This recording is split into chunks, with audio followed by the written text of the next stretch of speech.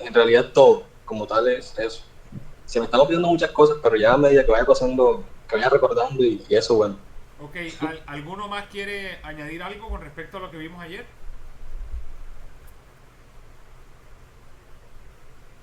Pues profesor, yo no estaba en la clase de ayer, pero yo sí vi un video y algunas cosas me quedaron y como que había una parte donde están hablando justamente de eso que él acaba de decir, como que realmente el pensamiento crítico no es una mera crítica como decir esto no me gusta, sino de cuestionar las cosas y de pronto a partir del cuestionamiento, si llegar a como un nuevo conocimiento o una nueva perspectiva. Correcto, creo que tú lo has entendido muy bien. Cuestionar no es otra cosa que estar abierto a evidencia que desconfirme las ideas iniciales. Creo que no lo has podido decir mejor. Emilio, Emilio, Suéltala. qué entiendes de todo esto? Bueno, el texto es bastante complejo en el sentido de que pues, explica desde diferentes puntos de vista, o lo que quieren entender es que pensar de manera crítica no es comentar, es hacer un comentario. Es interesante que al final, por aquí una parte donde dice que cualquiera puede hacer un comentario, pero no todos pueden hacer una crítica, o lo que quizás sea deseable, una autocrítica. Entonces, tener un pensamiento crítico se necesitan bases, fundamentos. Y cuando eh, estuve leyendo esto, se me vino la película esta de Ratatouille. Parece que eso fuera como que algo sencillo, pero me vino a la mente porque, por ejemplo, el que hace la crítica de la comida, Emilio, eso no tienes un problema con tu micrófono, se te baja el volumen mucho a veces y se te sube en otras ocasiones. Trata de Ok, estabilizarlo. bien. Comentaba que pues que tener un pensamiento crítico son como como los catadores de vino. O sea, ellos, eso no es solamente probar,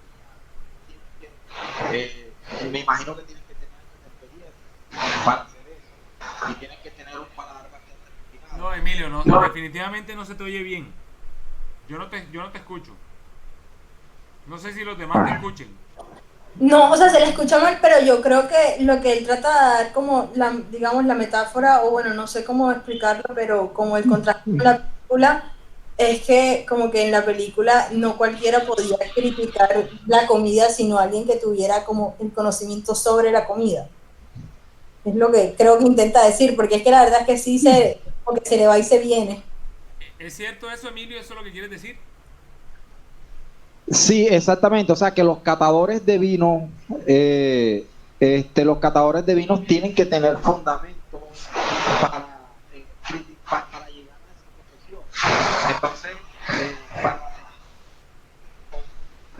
para ser crítico en cualquier ámbito, Pero el ejemplo de los catadores de vino, el ejemplo de los catadores de vino creo que no es tan apropiado aquí. Te voy a explicar por qué.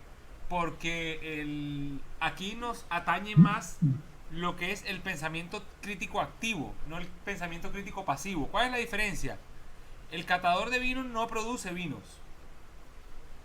Si el catador de vino utilizara su experticia en catar vinos en favor de su imperio vinícola, entonces ahí él estaría haciendo un pensamiento crítico activo, que es el que nos atañe a nosotros. ¿Sí me entiendes? pero él impulsa a la empresa que lo contrata, porque un catador de vino, eso lo contratan. Correcto, Aunque correcto. entiendo lo que usted me quiere, Y además impulsa todo el sector vinícola en general. correcto, aunque entiendo lo que usted acaba de decir, pero lo que quiero es resaltar la idea, o sea, que criticar no es algo, como usted acaba de decir, tiene que estar el pensamiento, la persona en constante movimiento mental para perfeccionar su crítica. Entiendo. Bueno, les pregunto, ¿es posible ejercer el pensamiento crítico sin conocer el tema del que se habla? Hola, profesor. Bueno, yo tampoco estuve ayer, pero hice la lectura y para responder a esa pregunta considero que el pensamiento crítico, sobre todo de la manera que lo estamos analizando, no se puede realizar sin algún conocimiento previo del tema, porque algo que se hablaba mucho en el texto era que requiere de esa articulación de todos los elementos y en arquitectura no es solo, por ejemplo, como en el caso de los vinos, no es solo, bueno, el resultado final me gustó o no, tiene un proceso de pensamiento y diseño previo, tiene un proceso de producción y un resultado final. Y si yo no tengo un conocimiento de las ideas, de la historia, de la teoría, todo lo que se fusionó para realizarlo, yo no puedo hacer un pensamiento crítico, sino que hago una opinión subjetiva sobre lo que veo por encima. Es correcto. Y aunque hagas un juicio de valor no solamente subjetivo, sino objetivo, los juicios de valor tampoco son ejercicios de pensamiento crítico, aunque sea objetivo. Es decir, no es suficiente con generar juicios de valor sobre una materia de conocimiento, sino que hay que garantizar que ese juicio de valor tenga las condiciones para crear nuevo conocimiento. No sé si me explico. Es decir, Claro que sí. volvamos al ejemplo del color en la obra de Luis Barragán. Si yo estudio el tema de la incidencia de la saturación en la retina del ser humano y genero unas conclusiones técnico-científicas al respecto, ya yo ahí estoy emitiendo un juicio de valor. Pero probablemente no estoy generando nuevo conocimiento en arquitectura, sino estoy generando nuevo conocimiento en medicina. Para generar nuevo conocimiento en arquitectura, es decir, para que el pensamiento crítico tenga el resultado que se pretende, yo lo que debo hacer es tomar ese estudio y empezar a explorar posibilidades de nuevas aplicaciones de tonalidades de color a través de los niveles de saturación y de los rangos admisibles por parte de las retinas humanas. ¿Sí me explico? Quiero que eso quede muy claro. No es suficiente, aunque tengamos de manera objetiva emitidos juicios de valor, no es suficiente con eso para generar nuevo conocimiento, por ende se pierde el objeto del pensamiento crítico, que es impulsar la creación y la transformación del conocimiento. ¿Eso queda entendido? Sí, señor. Sí, si yo digo que el color rojo en una saturación superior al 60% es dañino para la retina humana, ¿eso en qué le sirve a un arquitecto? No le sirve de mucho porque no sabe si es que qué cantidad de rojo, si es en todas las paredes, si es en el piso, si es en los sitios sociales. O sea, eso no le genera un nuevo conocimiento a un arquitecto. Mientras que si yo, además de hacer el estudio científico, exploro desde mi conocimiento y desde el resultado de los estudios, de los diagnósticos, exploro las alternativas de solución y las vuelvo a probar. Es decir, cojo el rojo en pisos, en paredes, le subo Como aterrizar la idea. hago los estudios, etcétera, y pruebo cómo se comporta la retina humana. Entonces ahí expongo los resultados y ahí estoy generando nuevo conocimiento, todo a partir del pensamiento crítico sobre la obra y la aplicación del color de Luis Barragán. ¿Está entendido eso? Sí, profesor, es como aterrizar cualquier tema pues en el campo de uno. O sea, en pocas palabras, porque es como que cualquier cosa no me sirve si no la llevo a lo que yo trato y lo que yo hago. Sí, correcto. A lo Pero, que tú haces no es tanto la afirmación, sino dedicarte a tomar el conocimiento inicial para empezar a transformarlo y a generar nuevo conocimiento con ese conocimiento inicial. Y eso solamente se logra estando abierto a evidencia que desconfirme las ideas y al ejercicio del pensamiento crítico. Lo importante es promover la creación de nuevo conocimiento.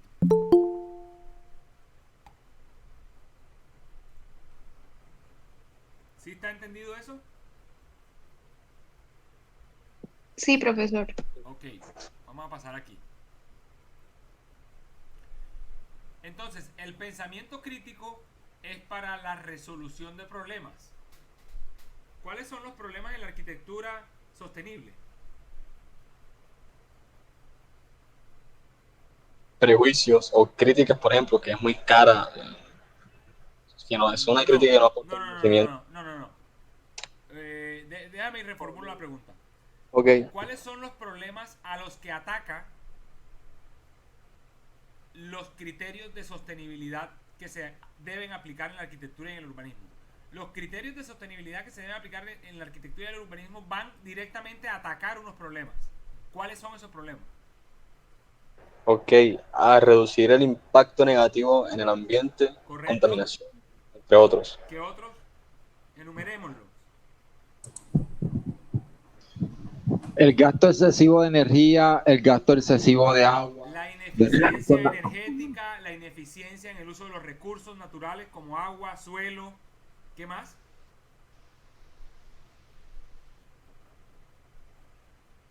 El clima, o sea, El que cambio se, climático. claro, eso. El cambio climático, el efecto invernadero, la incidencia calórica, el confort climático, o bueno, el problema sería el inconfort climático. ¿Qué más? ¿Qué otro problema? Pues más que problema, yo lo vería como cuestionamiento y es que cómo puedo utilizar esos problemas o sea, cómo puedo utilizar aquello que no me funciona, o sea, que aquello que me genera.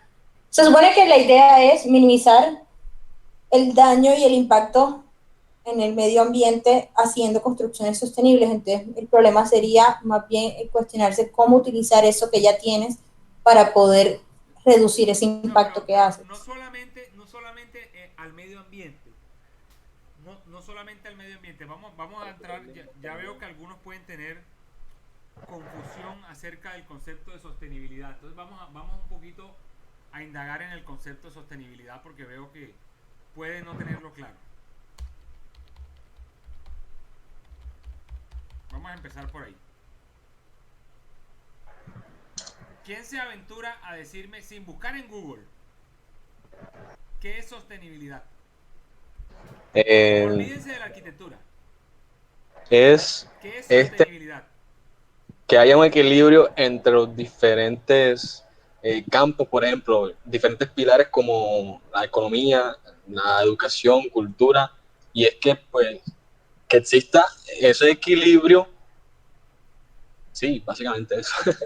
O sea, en pro de lograr un objetivo. Dijiste la explicación, dijiste la justificación, pero no dijiste la definición. ¿Qué significa sostenibilidad? Piensen en la etimología de la palabra.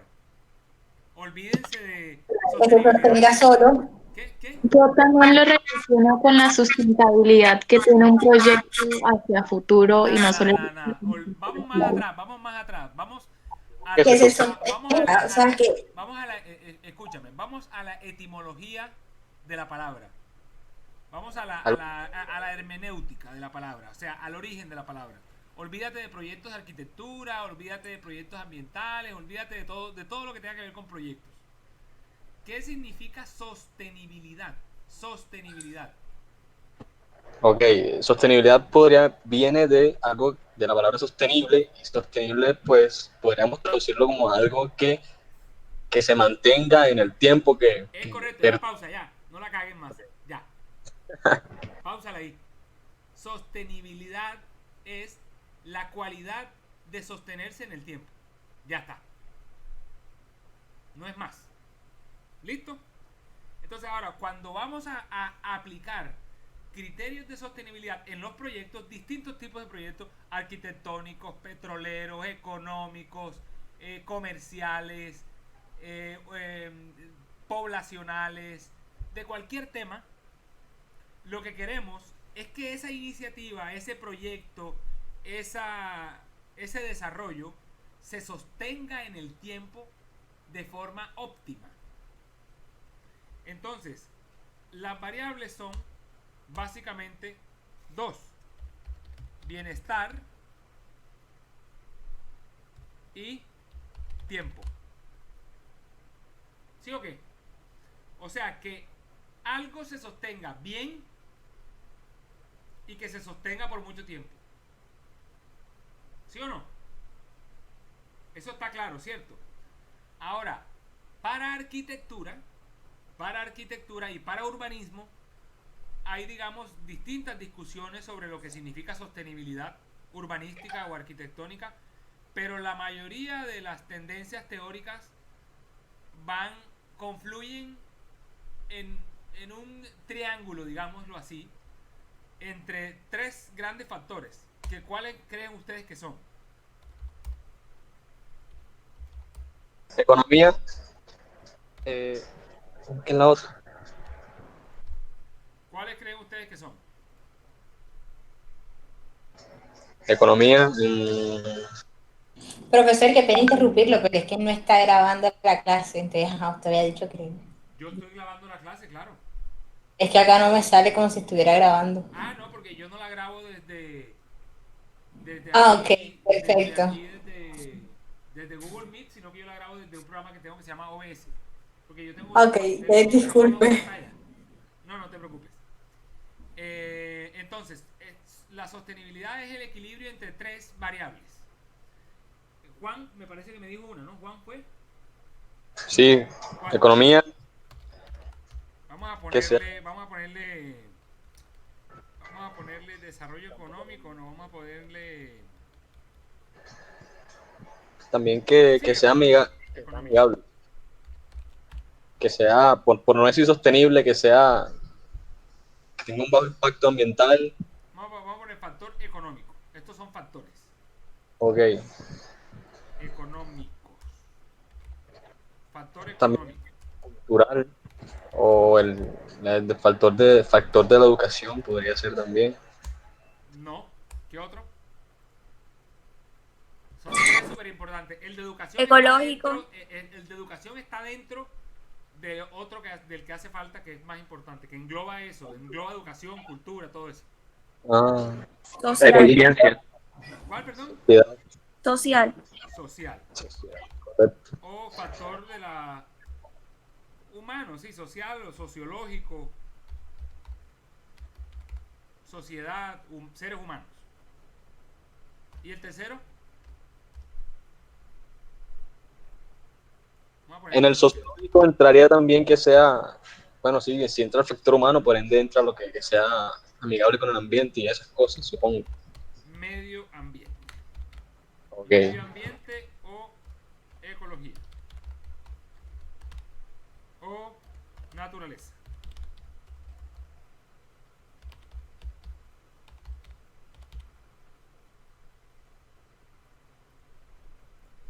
Tenemos esos tres factores: económico, social y medio ambiente, slash ecología, slash naturaleza, slash lo que como quieran llamarlo ustedes.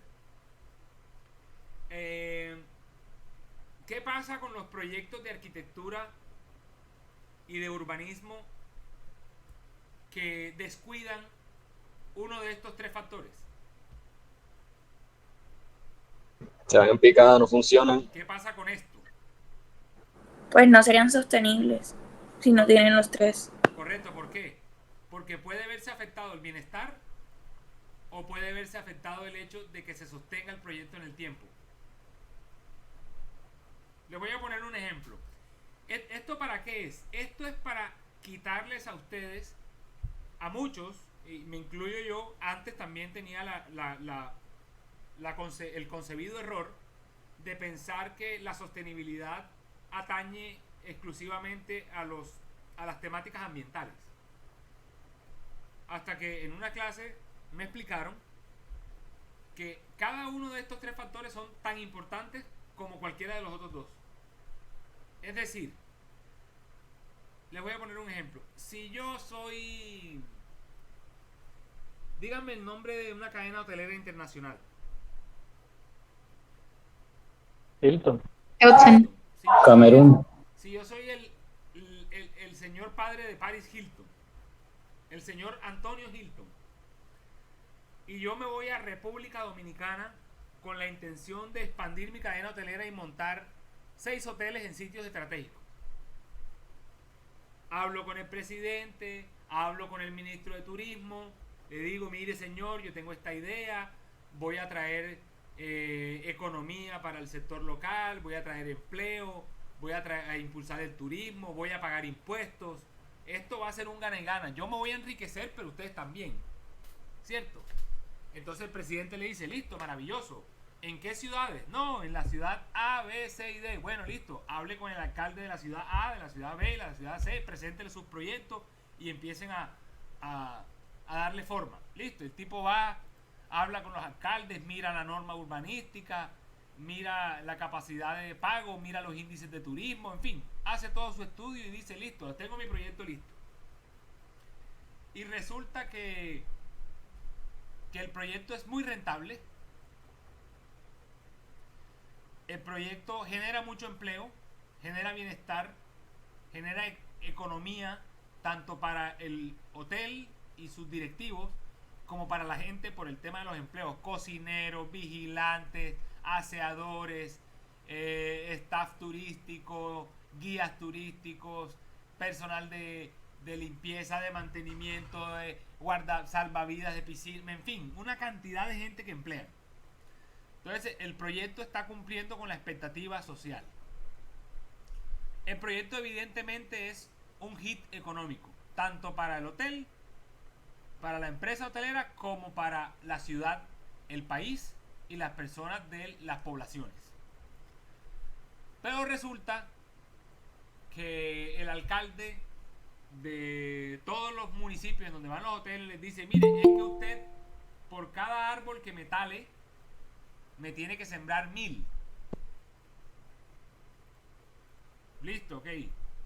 El tipo dice, bueno, me parece exagerado, pero bueno, por cada árbol que yo tale debo sembrar 1000. ¿Qué más debo hacer? No, por cada $1.000.000 en inversión en infraestructura, usted tiene que hacer inversión dedicada al medio ambiente. Por cada $1.000.000 invertir $50.000 o $100.000 al medio ambiente. Ok, invertir el 10% para programas de medio ambiente. Listo. El tipo echa todo eso en calculadora. Y resulta que aún con las ventajas económicas del proyecto, aún dando todas estas ventajas sociales, por este tema, el proyecto ya no le es viable. Y el señor Hilton va y le dice al alcalde, no, lo siento, pero con esas condiciones el proyecto no me es viable, yo me voy para otro país. El tipo entiende que su hotel y su cadena hotelera no va a ser sostenible en bienestar para él, no va a ser sostenible en el tiempo por un tema económico gracias a las exigencias con respecto al medio ambiente, ecología y naturaleza. Entonces el proyecto se va. ¿Qué pasa cuando el proyecto se va? Esto no se da y esto tampoco. ¿Quién perdió ahí? ¿Quién creen ustedes que pierde ahí? Todos. La comunidad, ¿Quién pierde más? la comunidad, o sea, las personas que se van a beneficiar. La comunidad, República Dominicana y las ciudades. ¿Por qué? Porque el señor Hilton va a encontrar otro país en donde expandirse. Fijo va a encontrar otro. Entonces, eso es un ejemplo de cómo desequilibrar estos tres factores puede resultar en la insostenibilidad de un proyecto.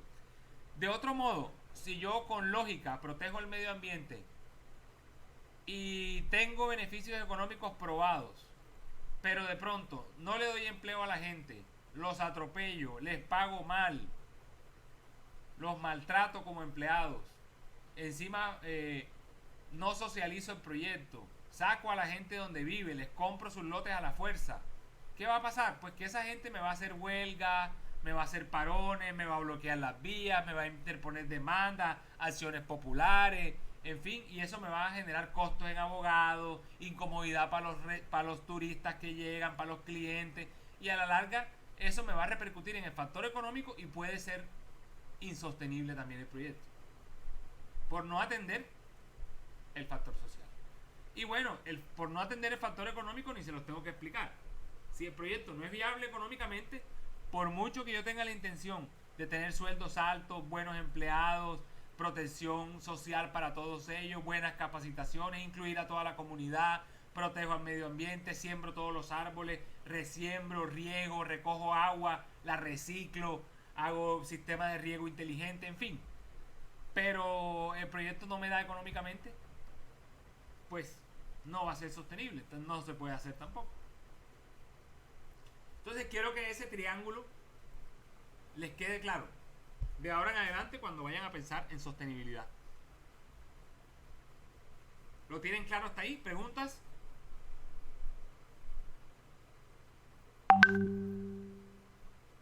¿No? ¿No hay preguntas? Negativo, todo claro. Ok. Regálenme un segundito que voy a servirme Coca-Cola. Me demoro 20 segundos.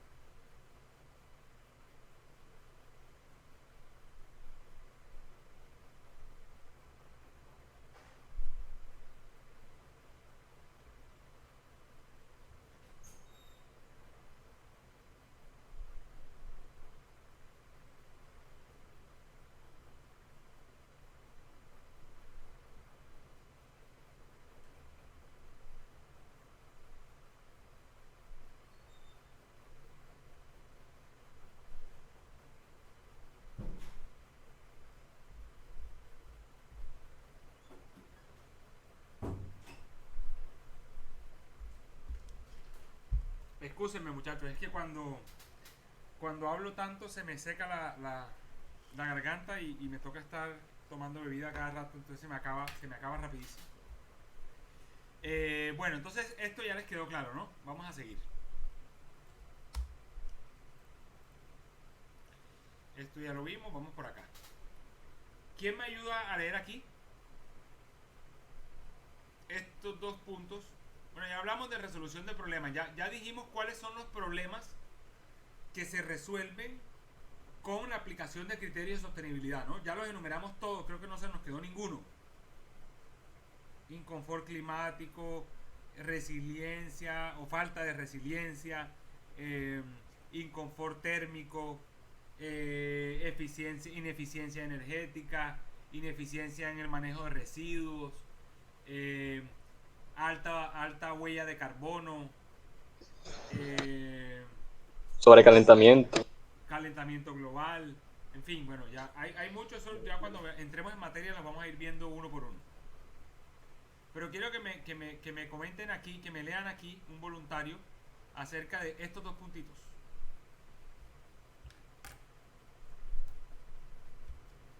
¿Quién se anima?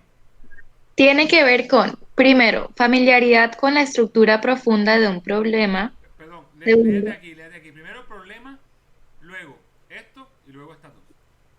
Problema se incorpora al conocimiento profundo que tiene que ver con, primero, la familiaridad con la estructura profunda de un problema y segundo, el conocimiento para saber buscar la estructura profunda. Correcto. Ahora, familiaridad con la estructura profunda de un problema no es suficiente.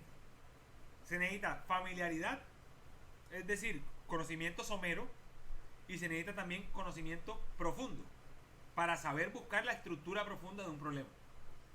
Les pongo un ejemplo. Cálculos renales.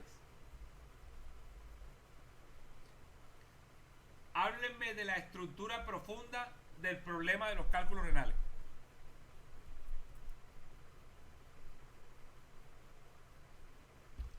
Vamos, anímense, inventen.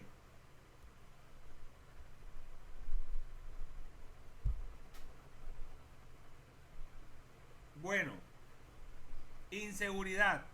Háblenme de la estructura profunda de la inseguridad.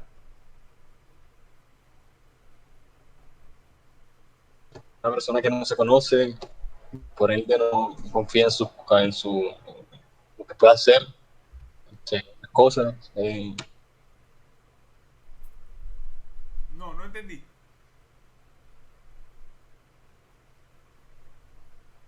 Si vamos a hablar de inseguridad y vamos a escudriñar en la estructura profunda de un problema como la inseguridad, ¿en dónde tenemos que buscar?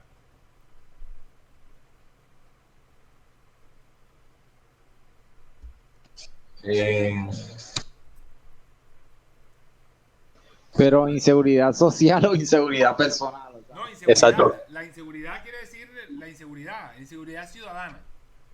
Ah, por eso inseguridad social, porque lo que estaba entendiendo Juan era inseguridad de una persona tímida. No, Exacto. no. Ah, ok, no. Claro, eso es un problema que viene de familia, o sea, cuando hay malos fundamentos de educación en la casa. Estaban hablando de psicología. No, yo estoy hablando de la inseguridad social urbana. Hablemos por ejemplo, de la estructura profunda. Hablemos de la estructura superflua y hablemos de la estructura profunda. Ok, pues sí, bueno, a prejuicio, lo primero que se me viene a la mente es que lo superfluo sería, no sé, que hay muchas personas desocupadas que tienen algo productivo que hacer, la mayoría, no digo que todos, obviamente, y no sé, se ponen a estar por ahí de vagos, yo qué sé, a hacer cosas indebidas. Ese sería mi primer prejuicio, sí, superfluo. Y no sé, yendo un poco más profundo, sería como que, eso, como dijo Emilio, eso viene desde la casa, los valores que nos inculcan, pero también tiene que ver con una falta de oportunidad. Pero bueno, como dicen por ahí, el que se pierde o el que se queda es porque quiere. Y más que todo, como que del núcleo familiar, de esos valores que nos enseñan, y de ahí pues se deriva un poco la cosa. Bien, para que entiendan la diferencia entre la estructura superflua de la problemática y la estructura profunda de la problemática, les voy a tirar una afirmación. Si resolvemos la estructura superflua de un problema, no necesariamente tenemos la certeza de resolver el problema. Si resolvemos un problema desde su estructura profunda, muy probablemente vamos a resolver el problema. Les voy a poner un ejemplo. Si yo voy a resolver el tema de la inseguridad, por ejemplo, evitando la venta de armas o siendo más estricto en la distribución de las armas como cortopunzantes, de las armas blancas, de las armas de fuego, estoy atacando la estructura superflua. ¿Qué pasa si yo digo, bueno, listo, no hay más armas? Supongamos que yo logre con éxito erradicar todas las armas. Eso no me garantiza el fin de la inseguridad, porque con una cuerda puede una persona atracar a otra y ahorcarla. ¿Sí me estoy explicando bien? Sí. Entonces, si yo voy a la estructura superflua, en ese ejemplo, por ejemplo, la distribución de armas hace parte de la estructura superflua de ese problema. Pero si yo voy a la estructura profunda, que fue lo que ustedes mencionaron, por ejemplo, a la educación de primera infancia, a la creación de oportunidades de jóvenes en riesgo, a la creación de empleo, a la creación de bienestar social, planes sociales de rehabilitación, al consumo de drogas, atacar el consumo de estupefacientes, a incentivar las labores de prevención en salud psiquiátrica para tratar a las personas con resentimiento, con pasados violentos, con abusos cuando eran niños. En fin, ahí empiezo yo a rasgar en la estructura profunda y con más seguridad voy a poder resolver el problema que si rasgo en la estructura superflua. Profe, eso era lo que yo comentaba. Correcto, tú a la estructura profunda le atinaste bien. En la estructura superflua fue que en donde yo tenía algo que decir, pero la estructura profunda ya ustedes más o menos con lo que han dicho entiendo que la conocen. Entonces ahora trasladen eso, por ejemplo, al problema de construcción del carbono, de las emisiones de carbono en la producción de materiales, por ejemplo.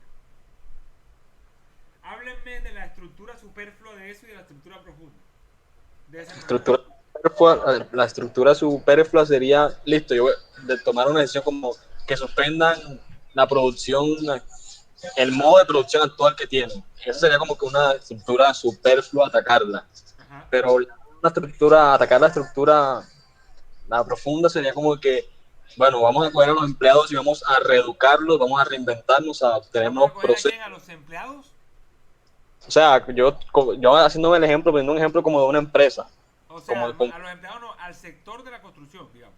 correcto, sí, tiene todas, así es, como que coger al sector de la construcción y reeducarlos, obtener nuevas formas de obtener materias primas y de procesarlas, es la educación más que todo. O sea, educarlos para que entiendan que la emisión de carbonos no solamente es beneficioso para la sociedad, sino para ellos como empresa. Sí, Eso sería atacar la estructura profunda de ese problema. ¿Eso quedó claro? Vamos a poner otro ejemplo. ¿Cómo atacamos la estructura profunda del calentamiento global?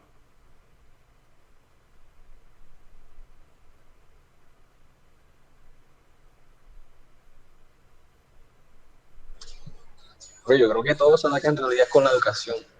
Sí, la educación juega un papel importante. ¿De qué otra manera se podría?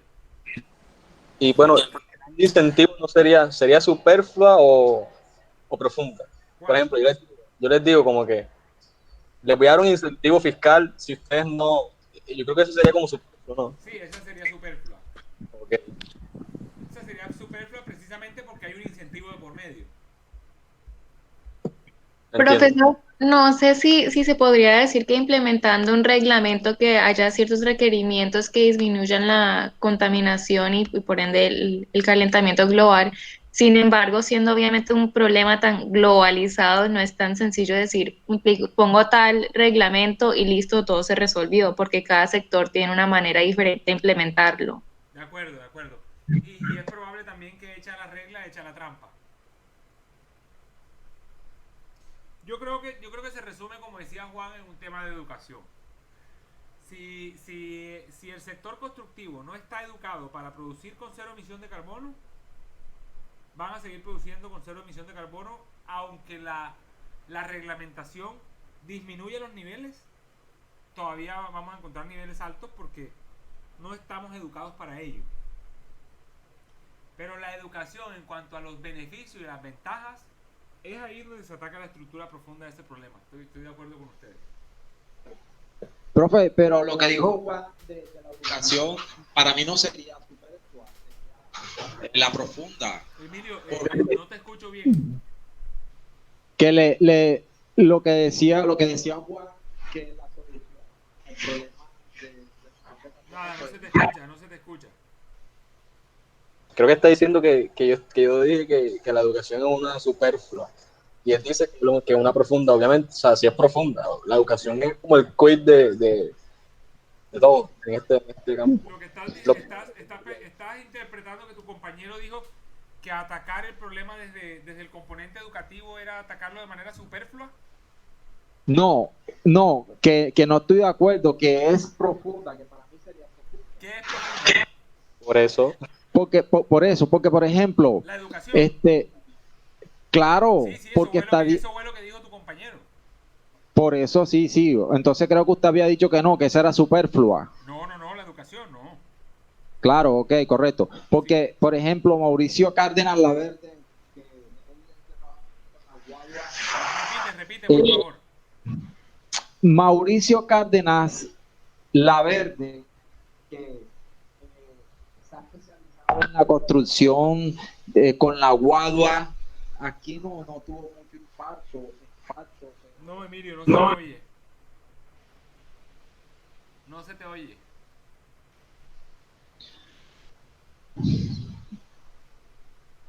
No te escuchamos. Yo no te escuché lo que dijiste. ¿Quieres repetirlo o escribirlo? Y ahora, ¿me escucha? Ahora sí. Bueno, que Mauricio Cárdenas Laverde, que se ha especializado en la construcción con guadua, él aquí no tuvo mucho impacto, ya allá en Italia, y él llevó esa técnica y allá y ha participado en muchos eventos y ha sido él, por así decirlo. Emilio, la verdad es que yo no te entiendo nada porque se te va el volumen. Lo siento, pero no te entiendo. No sé si tus compañeros te escuchen, pero yo no te puedo escuchar. Se escucha como si se acercara y alejara del Sí, micrófono. pero tú entendiste el mensaje. ¿Alguien escuchó el mensaje para ver si... Yo entiendo que está hablando de un señor que utiliza la guadua en la arquitectura. Un señor Cárdenas, pero no entiendo el mensaje. No logro cerrarlo. Creo que después dijo que la intentó implementar aquí y no tuvo éxito, pero Ajá. después se fue a Italia y allá creo que sí tuvo y participó en... Hasta ahí logré escuchar. Ok, listo. ¿Y eso cómo tiene que ver con lo que estamos hablando? Por eso es que la educación que el impacto que él ha transmitido mediante esa técnica y mediante y construir con la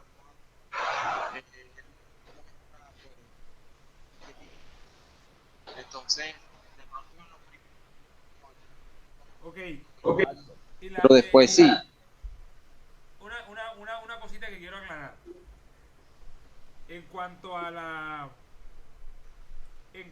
la sostenibilidad para el sector constructivo, el factor educativo no es solamente para el sector de la construcción. ¿Tienen claro eso? Sí. También es para el sector del comprador. ¿Por qué? ¿Preguntó o qué? ¿Lo va a seguir? Del comprador, del cliente final. También hay que educarlo. ¿Por qué? Porque en el mundo, ahí sí en el mundo del mercado funciona por la ley de la oferta y la demanda, Primero entonces Daniel y después Andrés Johan Bustos. Andrés, apaga tu micrófono mientras Daniel habla y ya te doy la palabra. Dale, Daniel. porque para que realmente haya una disminución se tiene que tener en cuenta la oferta y la demanda, y mientras continúa habiendo una demanda por parte del comprador, los que producen estas cosas se van a ver motivados a producirlas. Así que si no desmotivamos el productor, tampoco se va a disminuir. ¿Y en qué hay que educar al cliente final? El cliente también, así de la misma modo en el que, hablando de lo ambiental, queremos que conozcan de las alternativas y también de las consecuencias. Hay que mostrar que hay otras opciones y también que se den cuenta los pros y los cons de cada una para motivarlo a buscar la que es más sostenible. Ok, ¿y eso qué nos permitiría, Andrés Johan Bustos? Si nosotros educamos a los clientes que compran productos de arquitectura y urbanismo sostenibles, ¿qué ventajas nos trae eso? Pues con el tiempo, más que todos los clientes van a comenzar a ver un desarrollo, no solo en el espacio donde están, digamos, desarrollando su proyecto, sino básicamente van a comenzar a ver cambios que van a dar a largo plazo, pienso yo, van a dar como un, ¿cómo se dice? Como un desarrollo que ayude también a mejorar tanto el bien que ellos compraron o el producto que ellos compraron, y eso hay que hacérselo ver también al cliente, no solo que va a venir, por ejemplo, un ejemplo, va a venir aquí a comprar a Cartagena, en Getsemaní, va a venir uno a comprar uno de los lotes más grandes del mundo, pero él no quiere, digamos, como lo decíamos hace rato, bueno, como lo decían mis compañeros, no quiere incentivar o ayudar a la comunidad. Él tiene que entender que para tener un hotel en un lugar que va en desarrollo, porque en este momento está, por un ejemplo, se encontrará en subdesarrollo, o sea, un espacio que está desarrollándose poco a poco para poder llegar a tener que toda esa comunidad tenga un desarrollo continuo y pueda ayudar a sí mismo al propio proyecto. No puede pretender construir uno de los hoteles más lujosos de todo el mundo, por decirlo así, en un barrio en el que toda la gente no tiene, digamos, las capacidades para sostener la demanda que va a tener digamos, ese proyecto. Entonces lo que podría hacer básicamente es uno termina incentivando al comprador a que apoye a la comunidad para poder lograr un desarrollo no solo Pero del cuando dices proyecto. a que apoya a la comunidad, ¿a qué te refieres? Cuando educación más que todo, si lo podemos ver desde ese punto de vista, No entiendo. educar a la No comunidad. entiendo. Escúchame la pregunta nuevamente para ver si me copias. Si A yo ver. soy una empresa constructora y yo construyo un edificio, por ejemplo, con todos los altos estándares de sostenibilidad ambiental, eficiencia energética, en fin, todos los certificados, todo. Y yo voy a venderle a un comprador X. ¿Qué ventajas me trae que ese comprador X esté educado y sea consciente? Que esté educado y sea consciente, Sí, ¿qué pues ventajas le trae eso al sector de la construcción? uno, porque pues desde mi punto de vista el producto que estamos vendiendo en la parte de la construcción, eh, para quien lo vende sería un factor monetario mucho más alto, o sea, una ganancia mucho más alta, pero al mismo tiempo para el comprador sabe que está comprando algo que de verdad puede, digamos, sacar un buen provecho a medida que pasa el tiempo, pienso yo, Sí, aunque le cueste más al principio. aunque le cueste más al principio. Es como quien pasa mucho aquí en Cartagena, los hoteles boutique, ¿cierto? Restauran casas antiguas que son súper costosas construirlas, pero igual ellos sí se gastan 2.000, 3.000 millones de pesos haciendo la restauración de una casa, pero eso a mucha gente le parece absurdo esa cantidad de plata, sabiendo que con esa misma plata pueden construir otro tipo con más, digamos, algo más grande. Okay. Pero al mismo, Les al hago mismo una tiempo, pregunta, les hago una pregunta a todos ustedes, una pregunta genérica. termino Sí, de dale. decir mi idea porque me deja mucho. Entonces, al mismo tiempo, como el cliente gastó tanto dinero, entonces él, al mismo servicio que él va a prestar. Si él me compró una casa y desarrolló un hotel boutique, él no va a poner sus habitaciones en 3 pesos, la va a poner en 10, 20, 30 pesos, un valor totalmente diferente con el cual él ya sabe que lo que está comprando en un valor mucho más alto lo va a cotizar en uno mucho más alto aún. Y además está contribuyendo con el desarrollo sostenible del planeta. Exacto, lo mismo que yo quería decir. Además de que está contribuyendo con su bolsillo, haciendo una inversión a largo plazo, también está contribuyendo con el resto de seres humanos, ¿no? Y nuestros nietos y nuestros bisnietos. Claro. Les hago una pregunta. ¿Ustedes alguna vez han comprado algo mal comprado? Cualquier producto. Un vestido, un reloj, un computador, cualquier producto que ustedes hayan dicho, ¿yo por qué compré esta vaina? Sí, cierto. Más de Todos, una Claro, vez. todo el mundo. Ahora le reformulo la pregunta. ¿Ustedes alguna vez han comprado algo mal comprado después de haber hecho una investigación y de tener conocimiento riguroso sobre lo que van a comprar? Sí, Sí, también. ¿Aún así sí, les ha ido mal? sí. No, mucha hueva. No, porque si yo compro pan, no voy a vender pan. No Si entendí, yo, Juan. si yo hago la investigación de un producto que voy a comprar, ¿cierto? Y estoy consciente de que ese producto está en mal estado, pero de pronto lo puedo recuperar o revalorizar nuevamente, no lo voy a vender por el mismo precio que lo compré. Ok. Bueno, yo les cuento desde mi experiencia. Yo me he equivocado muchas veces, como todo, comprando cosas que al final salen malas o sobrevaloradas o muy costosas para lo que es, para los beneficios que me brinda. Pero cuando investigo y cuando conozco mucho del tema, en ningún caso me ha ido mal con la compra. ¿Esto qué quiere decir? Que en términos generales, un cliente consciente y con conocimiento es un cliente exigente y en la mayoría de las veces satisfecho.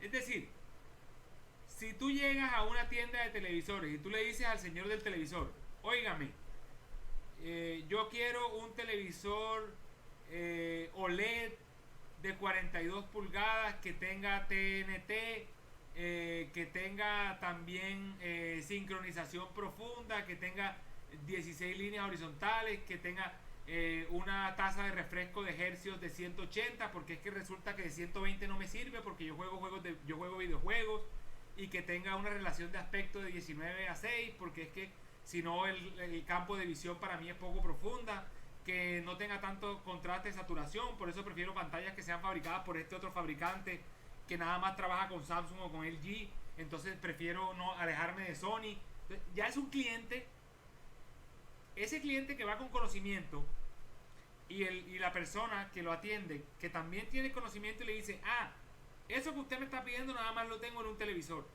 y es aquel que está allá, pero vale 16 millones de pesos. El cliente dice, yo tengo la plata porque ese es el televisor que necesito. Y él lo compra sin problema. Pues, es decir, si tiene la plata, hace la inversión que tenga que hacer sin problema, porque es exactamente lo que desde su conocimiento él necesita.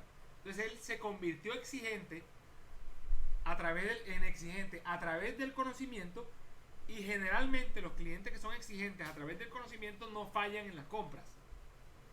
De la misma manera, un cliente que compra un desarrollo arquitectónico o urbanístico sostenible es un cliente altamente exigente y es un cliente al que no le importa pagar 1 o 2 pesos de más por las ventajas que él conoce que les va a traer ese proyecto.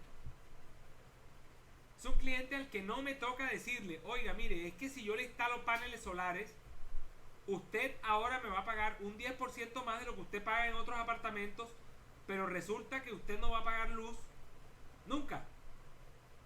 Usted me va a pagar los paneles solares a mí en unas cuotas mensuales y en 2 años usted termina de pagarla. Y esas cuotas mensuales son de 300,000 pesos, que es de pronto menos de lo que usted paga en luz. Y después de los 2 años usted no paga más. Entonces, un cliente que tiene conocimiento, tú no tienes que explicarle eso. Y como no tienes que explicarle eso, ese cliente va ávido a comprarte el producto. Entonces, si el sector de la construcción tiene una masa de clientes bien educados y bien conscientes, entonces la construcción sostenible se dinamiza por sí sola. Porque, ¿qué pasa si todos los clientes fueran exigentes? Las empresas constructoras se quedarían sin demanda si no trabajan en construcción sostenible. ¿Es o no es? ¿Estamos de acuerdo? Total. ¿Sí o no? Si yo en Cartagena tengo a todas las personas educadas y la gente dice, yo no compro en ningún proyecto en donde el agua no se reutilice para riego. Yo no compro en ningún proyecto en donde las aguas lluvias las boten a las alcantarillas. ¿Qué pasa? Las empresas constructoras tienen que decir, mierda, la gente, que la gente no está comprando si no estamos siendo conscientes. Entonces hay que ver cómo metemos todo este tema en costos, subimos de pronto un poquito el precio y vendemos a la gente para poder atacar ese mercado, que es un mercado consciente y además exigente. Entonces, en estos temas de producción de sostenibilidad, de construcción sostenible y arquitectura sostenible, es importantísimo el rol educativo en la conciencia del comprador. Tan importante o cuidado y más que en el vendedor, en el constructor. ¿Por qué les digo que más? Porque prácticamente el que configura el mercado, y esto lo dice desde Adam Smith hasta Freuler, dice que el que configura y moldea el mercado es la oferta, es la demanda, no es la oferta. Entonces esto, desde el punto de vista sociológico, y si quieren de macroeconomía, quien configura el mercado, quien moldea el mercado, quien le da forma a un mercado, es básicamente la demanda. Entonces, si la demanda es exigente, a la oferta le toca ponerse a la altura de la demanda. ¿Eso está entendido? Hay una lógica con eso que puede ser. Reflexionar algo sobre lo que he dicho. En orden, Andrés, Cristian, ¿y quién más levantó la mano por ahí? Andrés, Cristian y Juan Rodríguez, en ese orden. Andrés Banda. ¿Andrés Banda iba a decir algo? ¿Andrés Bustos será? No, profe, no. Sí, supongo que gusta, yo no he abierto el micrófono. Ok, entonces fue Cristian Pacheco o Andrés Bustos. No, profe, yo con lo que usted decía, era una analogía que pues pude comparar de oferta y demanda. Por ejemplo, es la música. ya no se tiene un nivel, una educación musical y por lo tanto ahora se vende mucha música, se podría decir, y sin ofender a nadie, pues música desechable. Basura. Así es con todo, así es, si la demanda, pues eso demanda ese tipo de música, eso es lo que se va a vender. Entonces, si no hay un pueblo que se eduque o un público amplio que se eduque, pues vamos a estar siempre supeditados a unas mayorías que no necesariamente están Estoy de acuerdo, pero veo la comparación fuera de lugar y te voy a explicar por qué. Porque el hecho de que haya música basura no afecta a la sociedad.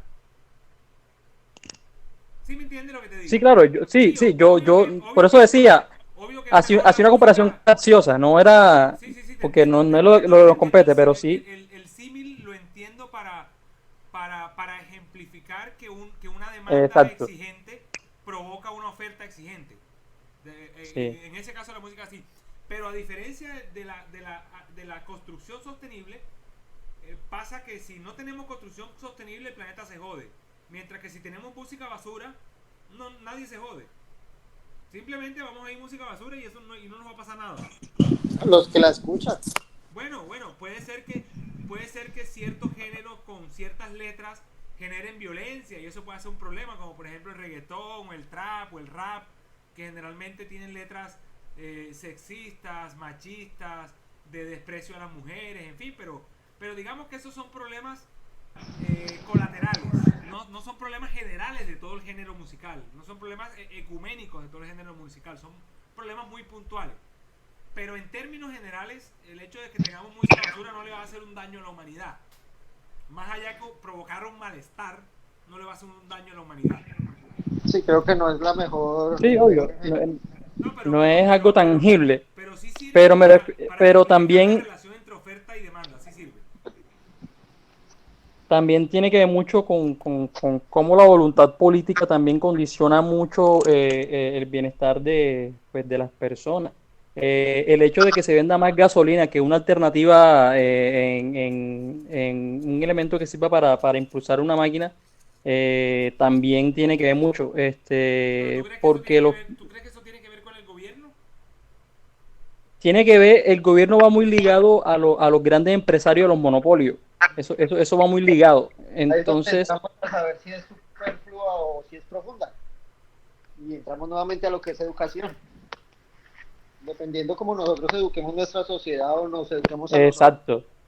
O a nuestros hijos, así mismo ellos seguirán nuestras costumbres. Si yo toda la vida voy a utilizar carros que son a gasolina y nunca me paso a una como la moto, exactamente. Entonces mis hijos van a seguir en la misma, no, que es que porque mi papá tenía la misma, entonces yo voy a tener la misma. No, ahí hay muchas formas de solucionar. Además, como hoy en día pienso yo aquí, para mis adentro, aquí en la cocina, como dice uno, este tipo de temas, por ejemplo, enfocado más hacia la arquitectura, anteriormente era muy difícil que una persona pudiera tener una profesionalización, era muy difícil que una persona pudiera tener una especialización, y a medida que va pasando, digámoslo así, el tiempo, hay clientes que son mucho más exigentes, como lo dice el profesor. Hay clientes que a medida que pasa el tiempo se dan cuenta cuál es la diferencia de contratar un arquitecto a contratar un arquitecto especializado en urbanismo o contratar un arquitecto especializado no sé, en paisajismo. Sí, de acuerdo. Sí, cuesta un poquito más, pero entonces si vengo y contrato a mi arquitecto, un arquitecto que me lo recomendaron y es, mejor dicho, la última Coca-Cola, pero él no tiene la especialización o no estudió lo suficiente o nunca se enfocó en esa parte, y yo le voy a decir, venga, diseñeme este jardín así súper guau, y él me lo va a diseñar, pero él no tiene, digamos, la capacidad intelectual, por decirlo así. ¿Por qué? Porque sí, para diseñarlo mejor que un paisajista. Exacto, entonces pienso que en nuestra carrera también la oferta y la demanda va creciendo, porque cada vez se desarrollan más especializaciones, doctorados, y ahí ahora ya uno no escucha, no, yo conozco a este arquitecto que era especialista en restauración, no, ahora conozco a este arquitecto que tiene un posgrado en restauración, uno en urbanismo y además tiene un doctorado en no sé qué patas, y esos son los que ganan más, porque tienen clientes que son mucho más exigentes cuando hacen sus proyectos, que no, como lo decía el profesor, no les da miedo gastarse 4, 5, hasta 20 pesos más con tal de tener un producto que al final los va a beneficiar no 20 pesos más, sino 100 pesos más. Claro. De acuerdo, totalmente de acuerdo. Eso tiene que ver con la exigencia, tanto en la oferta como en la demanda. Por ahí también acerca de... Si la demanda es de alto nivel, la oferta tiene que ser de alto nivel. ¿Quién iba a decir algo? No, yo iba a comentar algo, pero creo que se salió un poco de contexto, entonces creo que ya no. Dale, dilo. Dilo que O sea, yo lo meto en contexto. O sea, era como que en alguna parte de la lectura sobre el pensamiento crítico decían algo como que el mismo pensamiento crítico cualificaba a ciertos grupos que estaban los experimentalistas, eran tres, entonces como que era más o menos lo que decía Andrés Bustos, que se clasificaban, uno va a escoger un arquitecto para diseñar un jardín o un arquitecto, yo qué sé, normal, que no esté especializado en paisajismo o en otra cosa, sino que uno mismo se va clasificando, por ejemplo, en los tres grandes grupos que eran, que no recuerdo,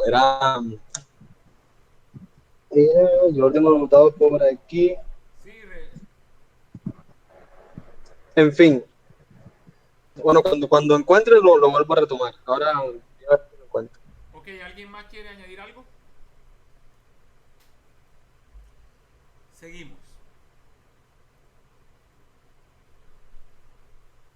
Vamos aquí. Profe, volviendo ahora al tema de la gasolina, que me parece un ejemplo, pues, importante.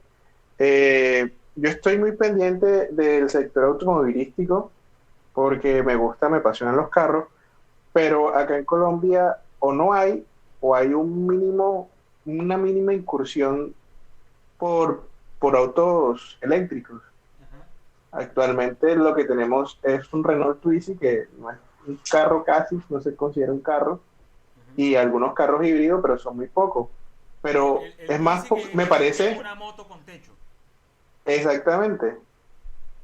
Que no tienen... Fíjate, Samuel, yo creo que ahí empieza el problema. Pero a lo que voy... Tú acabas de ejemplificar el problema. Déjame y te interrumpo, te voy a seguir dejar hablando, pero déjame y te interrumpo para decir en dónde veo yo el problema. Cuando tú dices que el Twizy prácticamente no es un carro, es porque el Twizy no responde a tus expectativas históricas de lo que es un carro. Tú quieres que un carro tenga un motor que ruja, un carro que tenga un cuerpo como el de una buseta, porque si no te sientes montado en una moto con techo. Entonces, ese tipo de prejuicios son precisamente los que no permiten que este sector de los automóviles eléctricos despegue. ¿Qué pasa si todos tuviéramos Twizy? No, pero es que si yo me accidento ahí, eso es como si yo estar dentro de una caja de huevos, me parto todo. Sí, pero si todos tenemos Twizy y bicicleta, ¿cómo te vas a matar accidentándote un Twizy con otro Twizy? ¿Sí me explico? Sí, señor. Ese tipo... pero yo no me refiero... Tú no te das cuenta que tú, y yo también me incluyo, ¿no? Yo también soy de los que dice que ese Twizy no es carro, eso es una moto con techo. Y nosotros somos precisamente los que promovemos ese tipo de actitudes que hacen que los carros eléctricos no fluyan. Ahora sí, continúa y redondea tu idea, por favor. No me refiero únicamente al concepto histórico de cómo es un auto, porque, digamos, para recorridos largos, un trayecto Cartagena-Barranquilla, que es un trayecto relativamente corto y que a veces hago con frecuencia, el auto no me da una autonomía ni un rendimiento que si hubiera una infraestructura como está viéndose en algunos otros países en donde... No entiendo. Yo entiendo ya lo que vas a mencionar de la infraestructura, de yo poder parar y conectar el carro y darle una recarga en el camino. Yo lo de la infraestructura si tuviera esa autonomía, pero no habría ningún problema. A lo que decía ¿Tú que sabes de carro te pregunto, ¿no es posible llevar una batería de reserva? Sí. Bueno, pero igual no está... La autonomía de ese carro no da... Tendrías que llevar como 3 pilas de reserva para hacer un recorrido solo a Barranquilla. Hacer un recorrido como Cartagena-Barranquilla. Pero ahí Exactamente. volvemos nuevamente a lo que decía el profesor hace rato, cuando tenemos un cliente que sabe lo que va a comprar y sabe lo que quiere y para qué lo va a utilizar, entonces si sé que voy a viajar de aquí a Barranquilla todos los días, ¿para qué me voy a comprar un carro de eso? Sí, correcto, correcto. Ese no es el carro para mí. Si yo voy a viajar a Barranquilla constantemente, ese no es el carro para mí. Ah, pero Hay sí. hay autos eléctricos que sí ofrecen una autonomía mayor y pues que no hacen ningún ruido y es súper económico, pero no es una opción ese carro, es lo que tenemos acá. Sí, porque es un carro que vale 100 millones de pesos, 120 millones de pesos, cuando un automóvil de gasolina de las mismas prestaciones podría costar 60. Pero no estaría pagando la gasolina, que actualmente Sí, en el correcto. país es costosa. Correcto, correcto. No, yo pienso que ese tipo de problemas, ese tipo de mercados son lentos y ese tipo de mercados van a la velocidad lenta que tienen que ir por muchos factores, por los temas de monopolio, también por un tema de falta de tecnología en Colombia, de aplicación de motores eléctricos, de ensamblaje de motores eléctricos, entonces es muy costoso traerlos importados y eso hace que se refleje en el costo final al cliente el vehículo y, o sea, un vehículo como díganme un sedán, como un sedán muy vendido en Colombia, un Chevrolet, ¿cómo se llama? Un Sonic, un Chevrolet Sonic 4 puertas sedán, vale que alrededor de 50 millones de pesos, ¿puede ser? Samuel, No, el Sonic es... No, sí, el alrededor de más barato 50 millones de pesos. Bueno, si yo quisiera Sí. un automóvil eléctrico con una autonomía decente, de esas condiciones yo tendría que pagar más o menos 120 millones de pesos, como está el mercado hoy. Entonces, eso no sucede en Alemania, en Japón no sucede. En Japón un automóvil eléctrico te puede costar 10% más de lo que te cuesta un automóvil de las mismas prestaciones si es de gasolina. Entonces la gente dice, 10% más, no pago gasolina, compro eléctrico. Pero es que aquí en Colombia te vale el doble que lo que te vale un automóvil a gasolina. Entonces, ese mercado Estamos en subdesarrollo. demora, claro, porque estamos subdesarrollados y demora un poco. Baja la velocidad, lamentablemente, a la que puede ir. Pero empieza por nosotros. Mira, yo me conformo con que por lo menos los ricos los compren. Pero es que aquí somos tan incultos que ni siquiera los ricos los quieren comprar. Y ese es el problema. O sea, si tú eres una persona que se gana 60 millones de pesos al mes, ¿tú por qué no te puedes? Si te compras una camioneta Prado de 250, ¿por qué carajo no te compras un automóvil eléctrico de 120? Ah, no, porque es que no me veo en BM, la gente no me ve bajarme en Juan Valdez de mi Mercedes.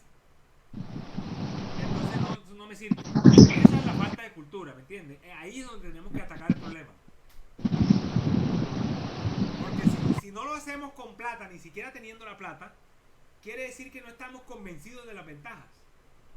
Y si no estamos convencidos de la ventaja, entonces ni que tengamos la plata lo vamos a hacer. Entonces es muy complicado. Pero bueno, ahí vamos poco a poco con la velocidad. Pero eso también depende de la necesidad de cada quien. ¿Perdón? También depende de la necesidad de cada quien.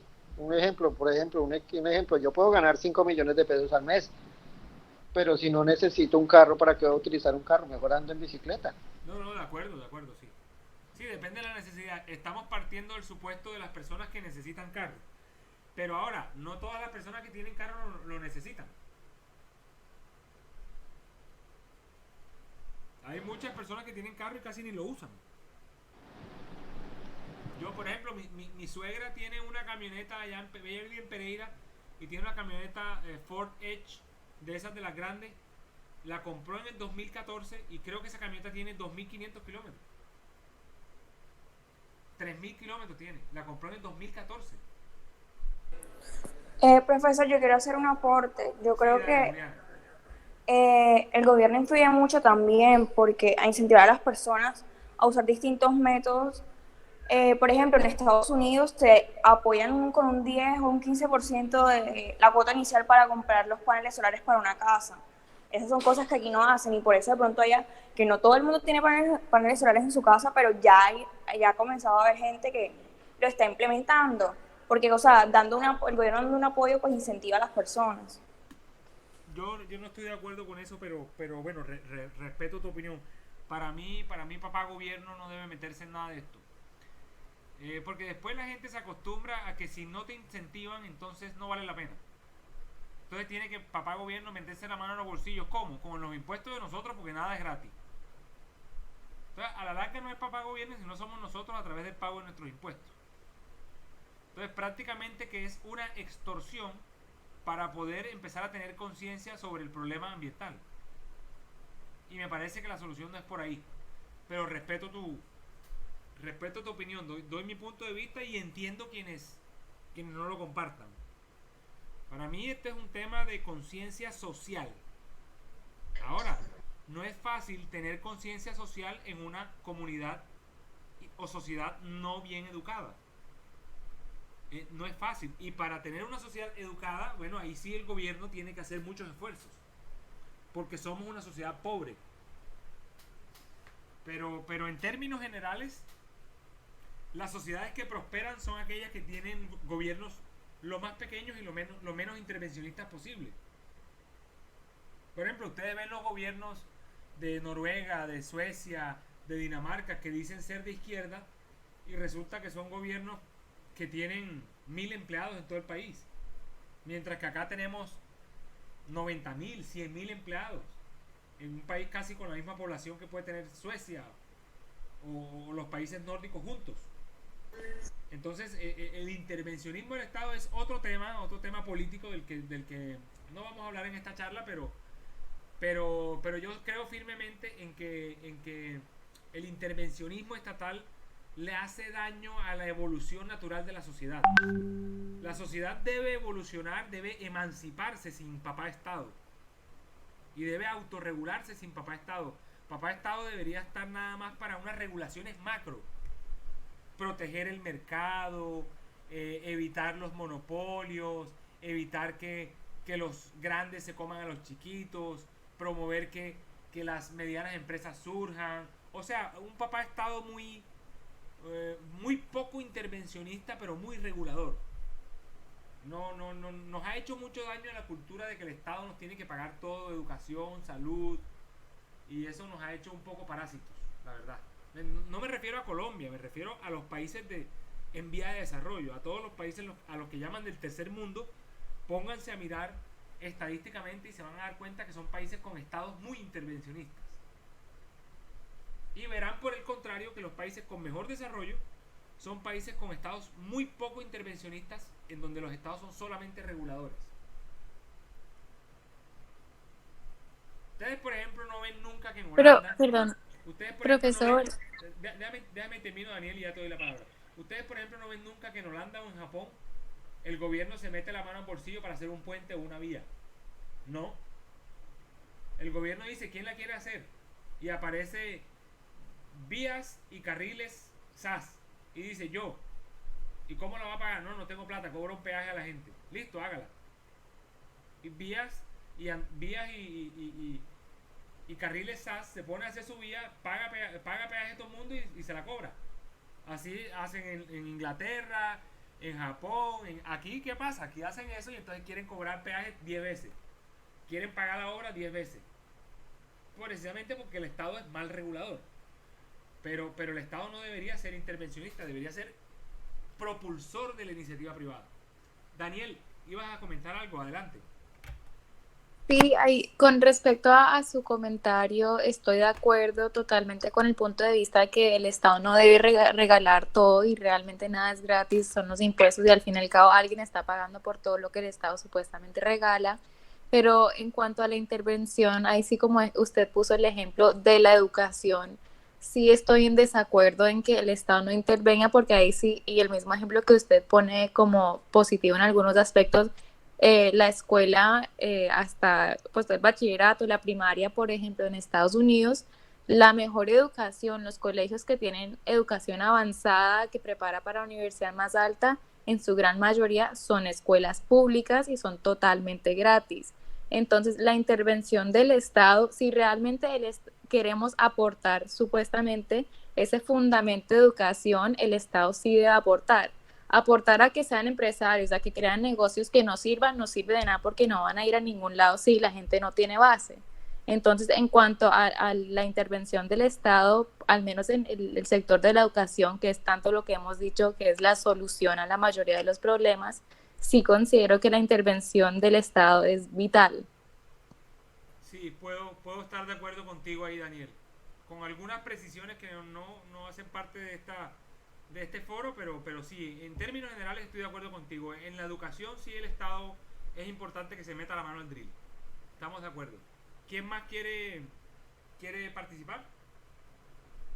Yo pienso que en cuanto a eso, ya en el tema de la política y la voluntad política, no es que se trate de regalar, yo creo que se ha malinterpretado mucho y se ha de pronto malinterpretado los términos. Yo digo que el Estado tiene que garantizar unos mínimos vitales, que es educación, salud, saneamiento básico y educación.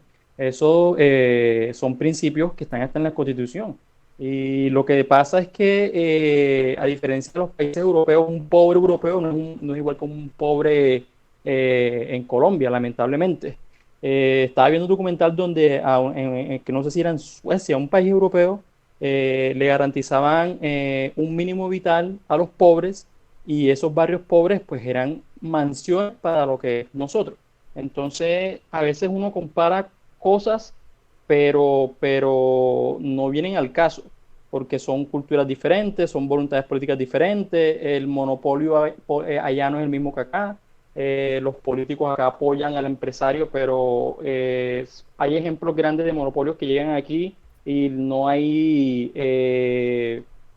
¿cómo se llama? Lo que dejan las empresas cuando extraen, por ejemplo, un mineral en una región, las regalías no se ven reflejadas. Son los pueblos más pobres, curiosamente, donde hay una economía de avanzada que supuestamente debería proporcionar. Se roban las regalías. ¿Perdón? Se roban las regalías. Exactamente. Entonces de que el Estado, como usted lo dice, que el Estado vigile, pero es que en nuestro país no lo está siendo cómplice. Entonces se están llenando las arcas de estos políticos y el Estado de alguna forma saca provecho de ello y el pobre que sí necesita, al que se le está negando las cosas por el rótulo de ser regalado, pues está sufriendo y no tiene alternativas de salir de esa pobreza. Colombia, en los países del tercer mundo, el Estado es la empresa más grande de cada país. Y no debería ser así. Sí. No debería ser así. En Japón, créanme que el Estado no es la empresa más grande del país. Yamaha, Sony, habrá 40 marcas japonesas, empresas japonesas más grandes que el Estado. Aquí en Colombia no hay ni una sola más grande que el Estado. Ninguna que maneje tanto presupuesto como el Estado. Y tampoco en Ecuador, y menos en Venezuela, y menos en Cuba, y menos en México, y menos en Brasil, y de pronto en Chile. Pero en el resto de países estamos en la mierda. Precisamente por el tamaño del Estado. Si quieren estudiar un poquito el tema, véanse, les voy a poner aquí el nombre para quienes quieran leer a este personaje que yo leo, que se llama Javier Milei, un experto argentino en macroeconomía, donde habla del intervencionismo del Estado.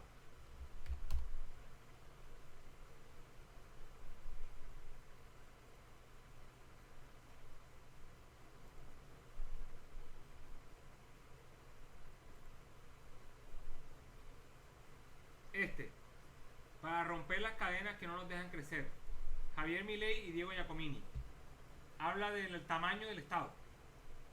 De pronto lo encuentran por ahí pirata en PDF, por ahí, si no lo quieren comprar. Bueno, igual yo lo que acabo de decir, no lo tomen como una postura política, ¿no? Porque yo no tengo filiaciones políticas por ningún bando. No concuerdo en nada con Petro, por ejemplo, ni con la izquierda. No concuerdo en nada con Uribe, ni con Duque, ni con la derecha. O sea, no tengo etiquetas en términos políticos, no tengo etiquetas. No me gusta Fajardo, no me gusta nadie. Entonces, no es un tema de filiación política ni de ceguera. Porque ustedes saben que aquí en Colombia la gente, para plantear postura política, es ciega. Yo no odio a Uribe, no odio a Duque, y no odio a Petro, ni odio a ninguno. Lo que nos tiene mal es precisamente eso, que nos hemos vuelto haters del opositor. Y eso es lo que no nos ha dejado progresar. No hay por qué odiar a Petro, no hay por qué odiar a Uribe, no hay por qué odiar a Duque, no hay por qué odiar a Santos. A cada uno hay que sacarle lo bueno y desecharle todas las porquerías que tienen todos estos que he dicho. Y de lo bueno lo licuamos y de pronto sale algún candidato algún día que lo tenga todo. Yo no pierdo la esperanza, pero hasta ahora yo no tengo ninguna afiliación política. Yo de la única manera que me etiqueto, y ya ustedes me han podido etiquetar, es que soy de centro y soy totalmente progresista. O sea, para mí el tema del valor del individuo es el ápice de progreso de la sociedad. El valor del individuo, cuidar al individuo, cuidar su propiedad privada, cuidar su mecanismo de producción, cuidar su empleo, cuidar su educación. El individuo es el que saca el Estado adelante, el Estado no, el país, la sociedad adelante. Entonces yo me autodenomino progresista garantista, además. Entonces ustedes tampoco se dejen poner etiquetas. Aléjense, les recomiendo, aléjense de los haters. No escriban frases haters en Facebook en contra de Petro, ni en contra de Uribe, ni en contra del otro. Aléjense de eso, sean más inteligentes que la masa. Sean más inteligentes que la masa, que ustedes son científicos, ustedes son arquitectos. Eso está bien para mi mamá, para tu mamá, para tu suegra, para tu suegro, para gente que ya viene con otra educación, que son viejos, antiguos. Nosotros, ustedes más que yo, que son jóvenes, ustedes tienen que mantener posiciones centradas, obteniendo lo bueno de la derecha, lo bueno de la izquierda, lo bueno de arriba, lo bueno de abajo, y desechando lo malo de la derecha, lo malo de la izquierda, lo malo de arriba y lo malo de abajo. Por favor, tomen ese consejo, que ustedes están jóvenes y todavía tienen mucho por pensar críticamente. Vamos a seguir para no extender esto a temas políticos, que ya nos quedan 10 minutos. De esta última diapositiva, de esta penúltima diapositiva, quiero que leamos esta parte que yo resalté aquí. Regálenme un segundo.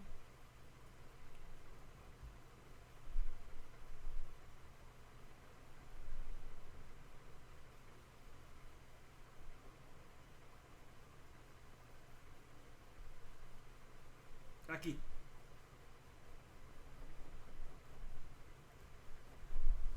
Léanme esta parte de abajo, por favor. ¿Quién me ayuda? Desde acá, desde la izquierda.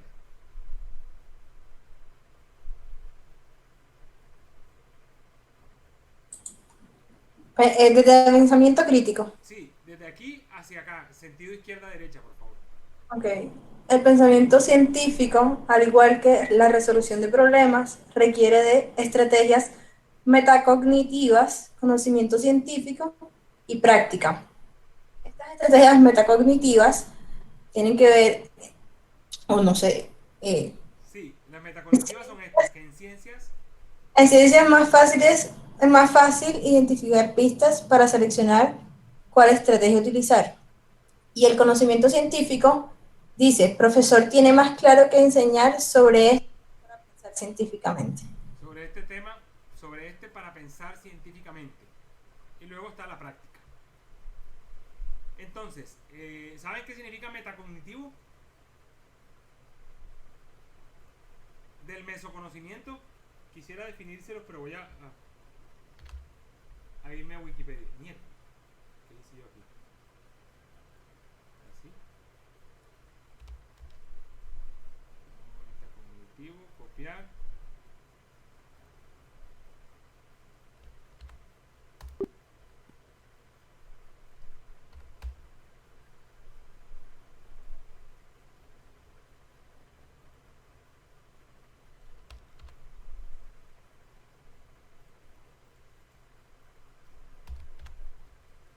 Léeme aquí, por favor.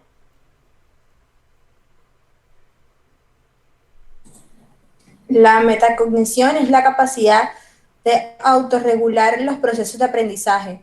Como tal, involucra un conjunto de operaciones intelectuales asociadas al conocimiento, control y regulación de los mecanismos cognitivos que intervienen en que una persona recabe, evalúe y produzca información en definitiva, que aprenda. Que aprenda. Cognitivo, ¿saben qué es, no? ¿Sí saben? De conocimiento. Sí, relativo al conocimiento. Ujú. Ok. Veamos acá. Entonces, ¿cuál es la relevancia del conocimiento científico? Que es necesario para el razonamiento científico. Vamos entonces a hablar en estos 10 minutos sobre la diferencia entre conocimiento y razonamiento. ¿Qué hay en la mitad entre conocimiento y razonamiento? Adivinen. Práctica, no. No. Pensamiento, o sea, cuestionamiento. Por ahí va. ¿Pensamiento qué? Crítico. Crítico. No joda, esta clase ha servido. Pensamiento crítico. No puedo escribirlo acá porque esto está como bloqueado. Bueno, entonces. Bueno, indirectamente bien. Espérate porque esta vaina se me bloqueó. Y ahora sí. Che. Ahora sí.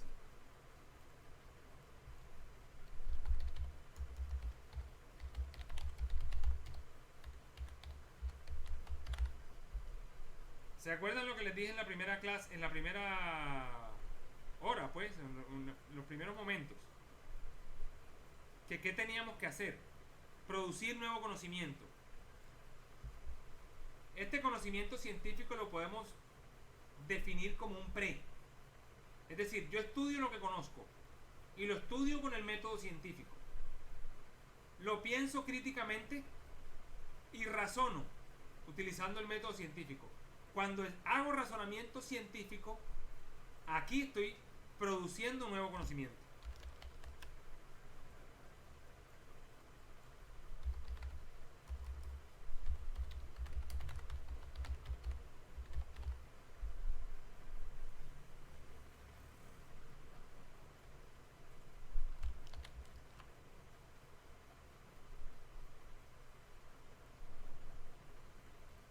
¿Sí entienden? Entonces, veamos para qué nos sirve el conocimiento científico en el pensamiento crítico. ¿Quién me lee estos 5 textos, por favor?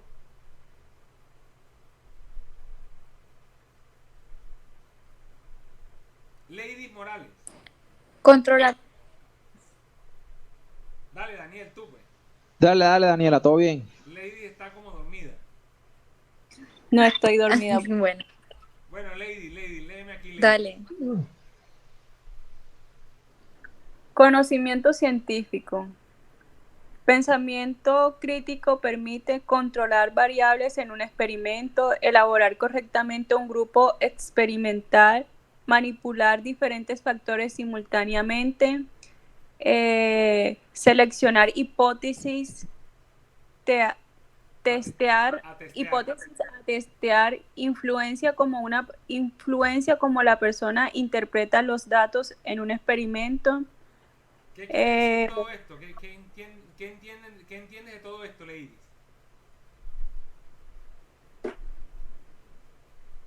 Que, o sea, lo que nos permite como tal, o sea, el conocimiento nos permite realizar que, no sé cómo decirlo. O sea, lo que nos permite como tal el conocimiento científico o el pensamiento crítico como tal es dar opiniones o no como tal opiniones, sino como tener argumentos fundamentados. ¿Para qué? ¿Pero qué entiendes de esto que hay aquí? Eso que le acabo de decir. ¿A qué se parece esto? ¿Esto no se parece al método científico? Prácticamente es igual. Es igual al método científico, ¿no? Cuando uno tiene una idea o algo como que en este momento, digamos, ese pensamiento crítico, comenzamos a pensar esto porque es así, como es así, ya comienzan a entrar lo que son variantes, me comienzo a preguntar si esto lo hago de una manera diferente, ¿qué pasa? O si lo hago de una manera totalmente diferente a la anterior, ¿qué pasa? Entonces comienzo ya cuando hago los experimentos, por decirlo así, ya planteo una hipótesis. Era lo que usted a estaba testear. diciendo ayer, que cuando hay cuestionamiento, o sea, cuando nosotros nos cuestionamos en cierto punto como las ideas o esa crítica que en cierto momento primero llega a ser crítica y después como tal, ya cuando las cosas son más fundadas, o sea, ya como que el cuestionamiento ¿Recuerdas, nos Lady, hace buscar... la frase que yo dije sobre Rabindranath Tagore? No, Sí, yo la escribí, A ver. pero es un momentico que no la tengo. Dale. La mayor fuente de conocimiento en la realidad es el error. Bueno, Ese. eso también lo dije, pero esa no es la frase de Traoré. Ah, bueno, entonces usted dijo dos. Que dejar entrar el error y deja fuera la verdad, algo así. ¿Cómo era? ¿Cómo era? Ah, sí, sí, que cuando cierras la puerta, como cuando cierras la puerta, ¿A los errores? los errores, o sea, no tienes como que la verdad certera, algo así fue lo Cuando que cierras usted... la puerta a los errores, también la verdad se quedará afuera. Si cierras la ¿cuándo? puerta a los errores... Déjame y busco la frase. La frase.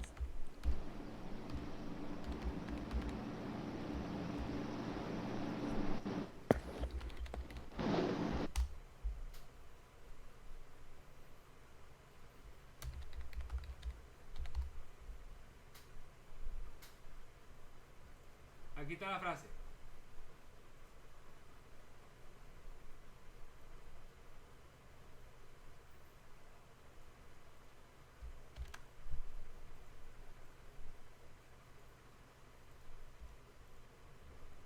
¿La ven? Sí, profesor. Esa es, ¿no? ¿Esto qué quiere decir? Fíjense que en el método científico, al manipular diferentes factores simultáneamente, seleccionar hipótesis para testear, que ¿ustedes saben lo que decía Einstein del método científico? Él decía que si en un experimento quieres un resultado distinto, te toca hacer cosas distintas. Algo así. Me pasó como el Chapulín.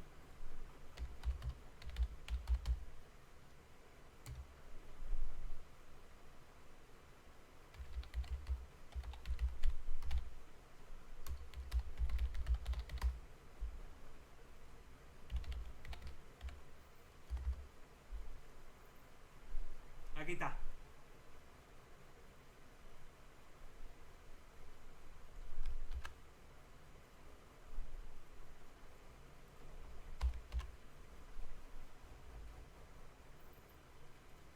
¿Esto qué quiere decir? Dice, locura es hacer lo mismo una y otra vez esperando obtener resultados diferentes. Es decir, que si yo quiero resultados diferentes, no puedo hacer lo mismo una y otra vez. Tengo que hacer cosas diferentes en el método científico, ¿no?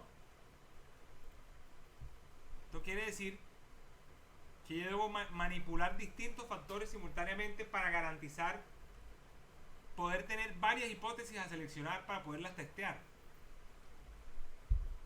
¿Sí entienden? Parece que están como en chino, ¿no? Está claro, profesor. Pero yo creo que en resumen entendieron cómo a través del pensamiento crítico resultamos en la producción de nuevo conocimiento, que eso es lo que me interesa. ¿Para qué? Para que ahora que empecemos a analizar la temática del curso en cuanto a arquitectura y urbanismo sostenible, entendamos que yo lo que quiero con sus textos y con su participación en los foros es que no simplemente hablen con conocimiento de lo que yo les pongo a leer, sino que intenten pensar lo que yo les pongo a leer de manera crítica para ver si de sus bocas sale nuevo conocimiento con base al razonamiento científico que tienen sobre lo que han leído. ¿Eso está claro? Sí. Ok. Bien. ¿Cómo van a generar nuevo conocimiento y aplicarlo a sus proyectos de arquitectura? Les voy a poner un ejemplo. Yo les pasé un librito, se los colgué en Avatar, ¿no? El librito de arquitectura sostenible, que yo les dije que es el que con el que yo he aprendido, lo poco que sé de arquitectura sostenible lo he aprendido ahí. Bueno, si digo lo poco que sé, ustedes van a decir qué porquería de profesor que tenemos. Entonces voy a decir lo mucho que sé en arquitectura sostenible. Aquí se los colgué y se llama Texto guía para el curso. Está en este link.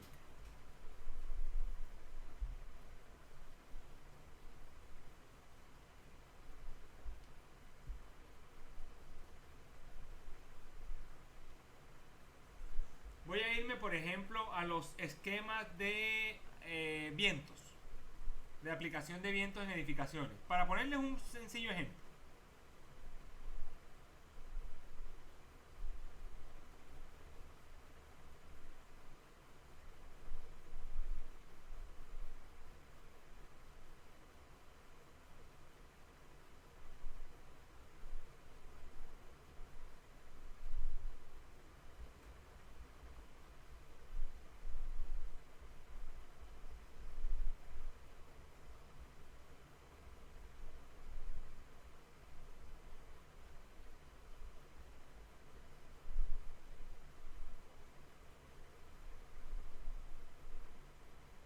Aquí está.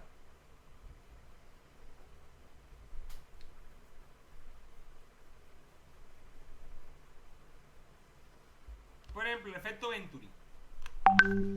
¿Qué página es esa, profe? Esta es la página 186. Aquí hablan de los efectos del viento en las edificaciones. Efecto Venturi, efecto de canalización, efecto de barra, efecto de pilotes, que es el que aplicaba Le Corbusier. Entonces, yo lo que quiero es que ustedes en sus proyectos no apliquen esto a rajatabla, sino que ustedes entiendan cómo funciona esto, hagan el esfuerzo por entender cómo funciona esto para que ustedes prueben un modelo distinto y me demuestren con cifras y con conocimiento científico que esto les puede funcionar mejor o igual, dadas las circunstancias o las formas o las condiciones físicas y topográficas del proyecto preciso de ustedes. ¿Sí entienden? O sea, esto no lo van a poder aplicar a rajatabla porque el proyecto de ustedes es muy poco probable que en planta se vea así. O sea, es muy poco probable. Estos son gráficos de referencia. Ustedes van a tener que simular esto nuevamente. Y para poderlo simular van a tener que entender científicamente cómo funciona. Van a tener que entender estas tablas de distancia, van a poder entender todos los índices, van a tener que entender las incidencias, la velocidad del viento, la altura, la forma en la que se mueve, la temperatura del viento. Cuando está frío corre menos que cuando está cálido corre más para arriba que para abajo. Todas esas cosas están en este libro y todas esas cosas las van a entender. Y cuando ustedes conozcan eso es cuando ustedes van a poder empezar a definir esquemas propios para su proyecto. Es ahí cuando utilizan el pensamiento crítico basado en esta información y lo van a empezar a aplicar. Yo les decía a tus compañeros, Emilio, creo que no estabas tú cuando lo dije, que el centro de la evaluación de esta asignatura es la aplicación de los conceptos aquí aprendidos en sus proyectos de taller. Entonces pregunto por si acaso, ¿hay alguien en este grupo que no esté tomando asignatura de taller?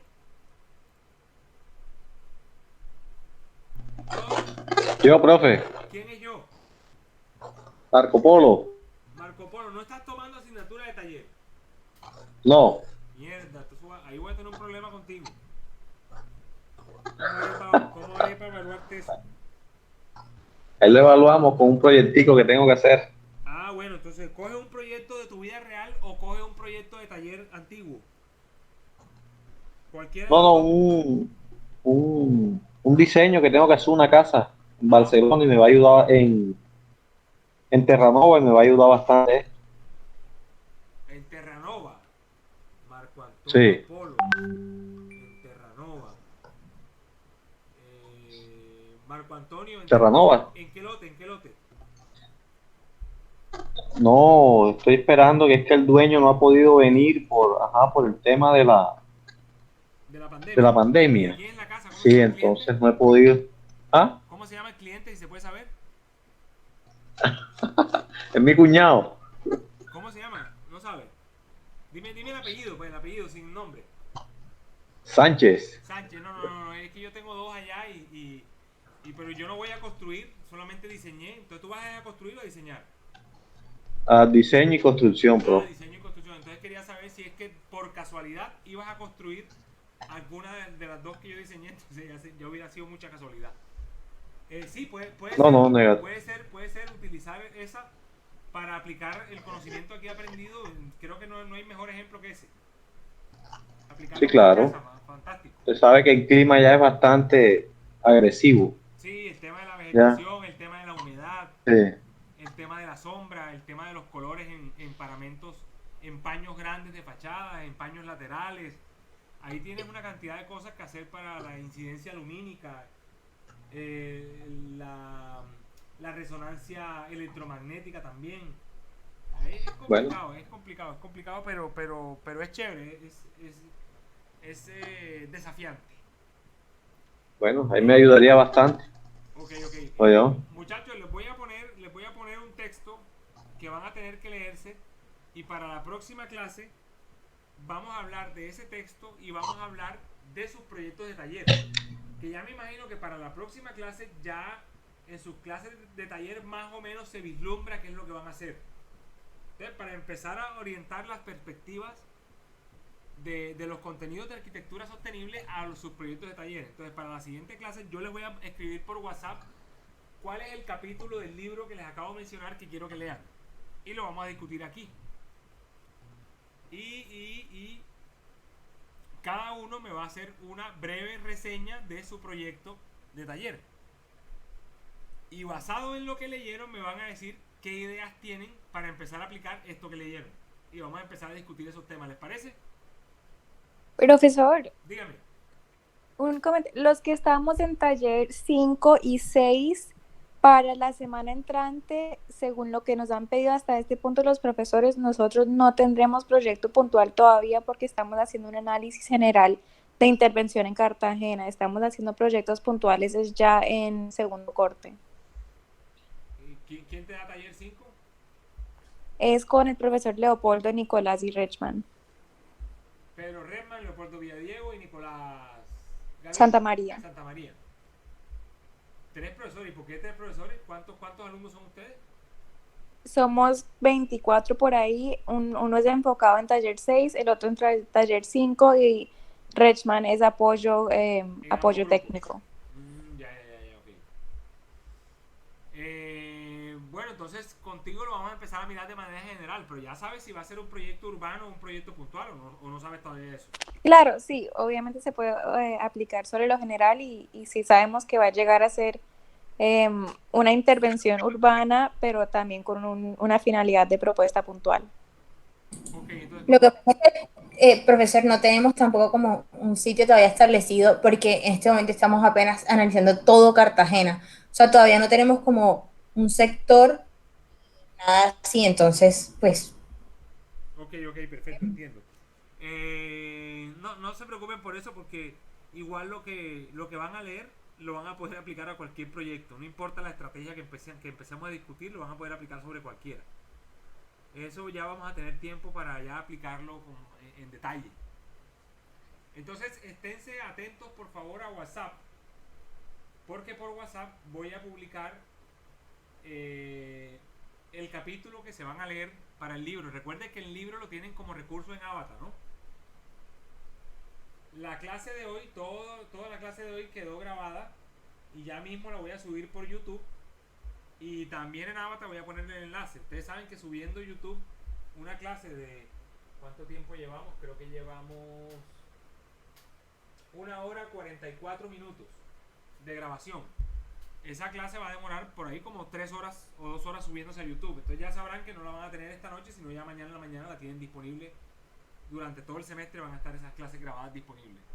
¿Preguntas finales?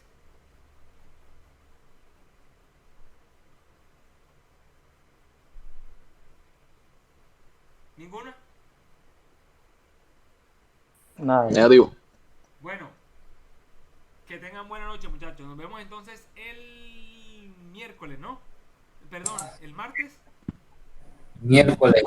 Miércoles. Nosotros toca el miércoles y jueves. El miércoles. Nos toca miércoles y jueves, ¿no? Ajá. Sí. Ok, listo.